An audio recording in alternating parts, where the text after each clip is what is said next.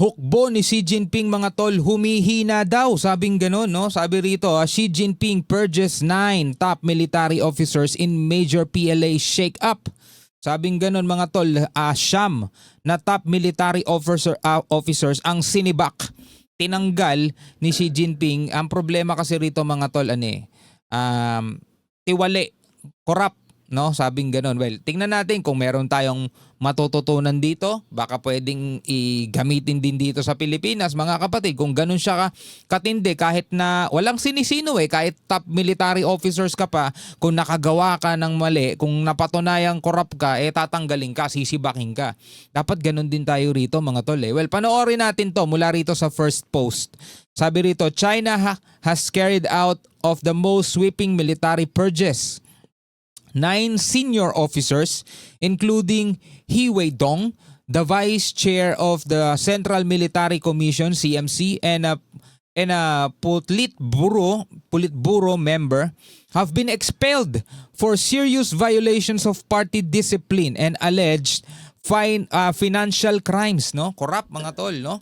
Well, alamin na lamang natin ang detalye dito sa report mula rito sa first post. Tignan natin mga kapatid kung ano yung mapupulot nating aral, no, dito sa nangyaring ito sa military ng China. Bago natin to simulan, syempre huwag niyong kalimutan mag-subscribe. Click niyo na rin ang notification bell para ma-notify kayo whenever na may mga bago tayong reaction video tulad nito.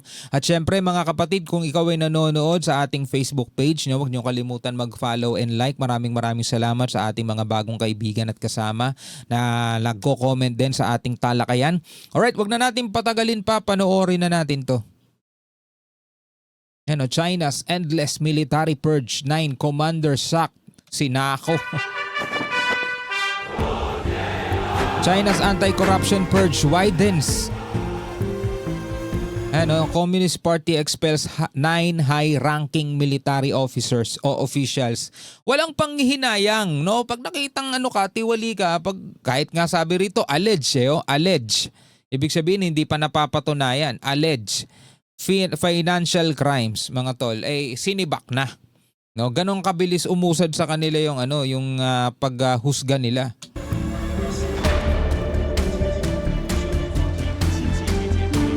PLA's relentless purges, no end in sight. Parang walang katapusan daw mga kapatid. Hindi pa nakikita na magtatapos pa to. Well, napakalawak naman din kasi ng kanilang military, no? Siyam pa lang tong nasisibak. She's cracked down. In China, President Xi Jinping has launched yet another purge. He has removed 9 top military officers, and this has become a familiar pattern in his regime. Xi Jinping has been in power for more than 12 years now, and in this period, he has sacked millions of people, including thousands from the military. Ooh. In the latest round, a high-ranking general has been purged. His name is He Weidong. You may have heard of him.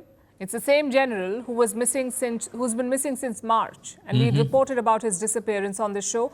And in China, that's often the first clue. When a top official disappears, it usually means one thing. Okay. They are on their way out. Kapag ang isang officials ay hindi na nakikita, isa lang ang dahilan, no? Aalisin na sila. And now it's official. Beijing has confirmed his sacking. They confirmed it last week. As always, they did not say where General He was or what led to his dismissal. That silence is routine. But the removal is not. You see, General He was not just another name in uniform. He was one of Xi Jinping's closest allies. They rose through the ranks together. In fact, Xi Jinping personally appointed him to top positions. At the age of 68, General He sat on the Politburo. That's the second highest body of the Communist Party. He was also vice chair of the Central Military Commission. Diba? Nakita nyo? Closest ally. Si Xi Jinping pa daw mismo yung nag-appoint doon. Pero ngayon, si Xi Jinping din ang nag-alis. Diba? Doon mo makikita mga tol, meron siyang kamay na bakal sa mga bagay na ganyan. No? Eto mga kapatid, nagbibigay tayo ng reaksyon hindi para kondenahin, hindi para magbigay tayo ng bad comment about dun sa nangyayari. Ngayon, pinapanood natin to sa isang kadahilanan. Baka sakaling meron tayong mapulot na dapat sana ina-apply din dito sa ating bansa. Hindi sa military ha, kundi doon mismo sa ating mga opisyal na nakaupo. Hindi porket kamag-anak mo, kapatid mo, pinsan mo, kumpare mo, kaibigan mo, magbubulag-bulagan ka na lang. Kung talagang nasasangkot, dapat kumilos ka para maalagaan mo yung iyong reputasyon. O katulad na lamang halimbawa nitong ginagawa ni Xi Jinping. Kahit na closest ally niya pa, 'di ba? Kahit na malapit sa kanya at siya mismo nag-appoint, mga tol, siya mismo yung magtatanggal din pag nakita niya o kaya na nasasangkot sa mga ganitong klaseng problema. The CMC. The CMC commands China's military, and that post made him one of the country's most powerful commanders. In the chain of command, General He came right after President Xi, who heads the Central Military Commission. Kanang kamay pa, di ba? Siya yung susunod kay Xi Jinping sa pangunguna doon sa ano na yan, dito sa hukbo. That's how powerful he was. Napaka makapangyarihan, pero tingnan nyo. Now he has been booted out. The question is why? Why was he sacked? Well, China says, and I'm quoting, General He committed serious violations of party discipline. They also accuse him of quote-unquote grave duty-related crimes. Exceptionally large sums of money. These involved exceptionally large sums of money. China's defense ministry has called the case extremely serious. They say the impact was, and I'm quoting again, profoundly detrimental. And this points towards a major shake-up in the PLA, the People's Liberation Army. That's what the Chinese military is called, the PLA. The shake-up began some 2 years ago in 2023. That's when Xi Jinping sacked top officials from the Rocket Force. It was quite an embarrassing case. The Rocket Force handles China's nuclear arsenal. An investigation found water instead of fuel in their rockets. Yan, isa yon sa mga korupsyon na nabalita dati, mga tol. Nagalit si Xi Jinping dyan kasi nalaman niya yung ibang mga missile nila, mga tol, imbis na fuel ang laman, tubig. Ano? Balikan natin. It was quite an embarrassing case. The Rocket Force handles China's nuclear arsenal. An investigation found water instead of fuel in their rockets. This was a glaring example of graft. It compromised China's missile systems. It triggered a sweeping crackdown. More than a dozen senior military figures were purged. The list includes 2 former defense ministers, 2 commanders in the aerospace sector, key members of the Rocket Force, and now as many as 9 senior military officials, including General He. Diba? Yun yung mga nasibak, mga tol. Apart from him, another prominent dismissal is that of Admiral Miao Hua. Miao Hua. He headed the political work department of the CMC. Now, Admiral Miao was one of the top political voices in the PLA.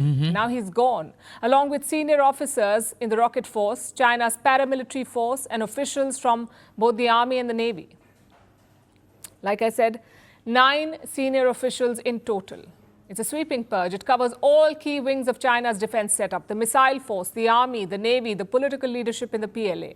This is the largest purge since Mao's rule ended in 1976. Mula nung kay Mao Zedong, ito na yung pinakamalaking pagtatanggal, no? Purge, pagtatanggal, mga kapatid, o paglilinis sa hanay ng kanilang military. Gusto ni Xi Jinping manatiling yung tawag dito, yung reputasyon. Ayaw niya ng may bahid. Kaya pag may bahid ka, kahit na malapit ka pa sa akin, kanang kamay kita o kaya top military personnel ka pa, sibak ka pag nasangkot ka. Walang kaibigan. Walang tagal-tagal, di ba? Ganun sila kahigpit. Sa kanila nga, mga kapatid, di ba, pag may pumasok dyan, di ba, na droga, sa kanila yan kahit na ilang gramo lang yan, talagang bitay ang katatapatan mo. Dito wala, kilo-kilo pumapasok dito Di ba? Ayaw ng mga politicians natin dito, mga tol, ang death penalty. Ang problema kasi minsan hindi naman minsan pero madalas sa kanila natuturo ang kamay at sila yung gustong ituro ng taong bayan na dapat unahin dun sa sa pila kaya ayaw nila It has raised a major question. Is Xi Jinping struggling to control his own military? He took power more than a decade ago. One of his first moves was to clean up the PLA. He removed anyone who posed a threat. He filled the ranks with loyalists, with generals who owed their rise directly to him. But all these years later, more than 12 years later, his cleanup has not ended. Even loyalists like General He are being sacked. Diba? Even loyalist. Consider this figure. Since he took office, Xi Jinping has removed nearly 20% of China's generals appointed by him. Nearly 20% of his own appointees have been removed. Now, there are two ways to look at this. One, the constant purges highlight his grip on power. Even if you're loyal to the Chinese president, you're not necessarily safe if you're in the wrong. So walang sipsipan dito. Hindi uso sipsipan sa kanila. Kahit ikaw ay malapit sa president at ikaw ay loyal talaga, hindi ka pa rin safe. Diba? Sabi rito, nearly 20% mga tol ang sinibak ni Xi Jinping at karamihan doon mga tol, siya pa nag-appoint mula nung maupo siya sa opisina. O mula nung maupo siya bilang presidente. So, walang sipsipan dito. Diba? Kung titignan mo nga mga kapatid, magandang bagay yun eh. Diba? Magandang bagay yun eh. Kasi maiiwasan talaga korupsyon pagdating sa ganun. Siguro yung iba close naman ako kay Xi Jinping. Okay lang ako mangurakot pero hindi. Diba? Hindi pa rin. And he treats everyone equally. That's one way to see this. He treats everyone equally. Diba? Pantay-pantay. Hindi porket malapit ka sa akin o malayo ka sa akin, pantay lang kayo. Pwede ka pa rin masibak at pwedeng pumalit sa iyo yung mga yan. His grip on power, even if you're loyal to the Chinese president, you're not necessarily safe if you're in the wrong. And he treats everyone equally. That's one way to see this. And two, this reveals the gaps in China's military. The president wants a force that can fight and win wars, a military that can take Taiwan by force if necessary. But constant purges do not build strength. They create uncertainty. They create instability.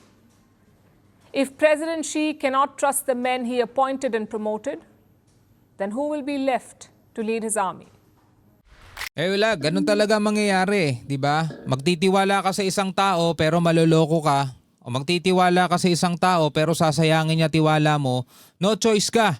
Kailangan mo pa rin maglagay ng panibago kasi alangan nang ikaw lang pumalit doon. Hindi pa rin eh. Kasi presidente ka ng bansa nila, kailangan mo pa rin mag-appoint ng panibagong papalit. Ngayon, isa yung example, mga tol, na yung pagtatanggal niya, na yung ipapalit niya, yung tinanggal ko malapit sa akin pero tinanggal ko pa rin. Ngayon, kung ikaw gagayahin mo yung ginawa niya at magkakamali ka, alam mo kung anong kalalagyan mo. Di ba magandang example pa rin yun? Na ibig sabihin, walang malakas, walang kaibig-kaibigan, walang malapit-malapit.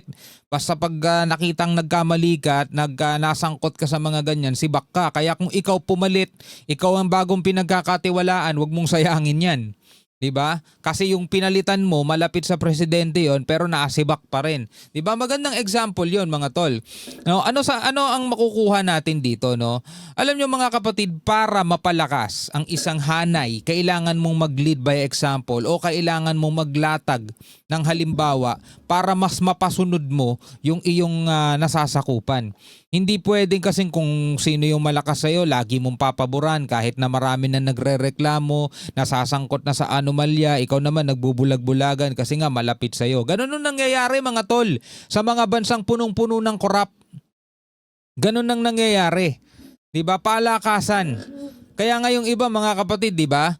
Nagdo-donate para sa kandidatura, nagbibigay ng donation na nagkakahalaga ng 30 million, 40 million, million. Bakit? Kasi inaasahan nila na kapag yun ay nanalo, investment nila yun. Pwede silang makalapit doon sa presidente, pwede silang makalapit doon sa senador, pwede silang humingi ng pabor kasi nga nagbigay sila ng donasyon ng kandidatura mo, may utang na loob ka sa akin, parang ganun ang nangyayari. Di ba?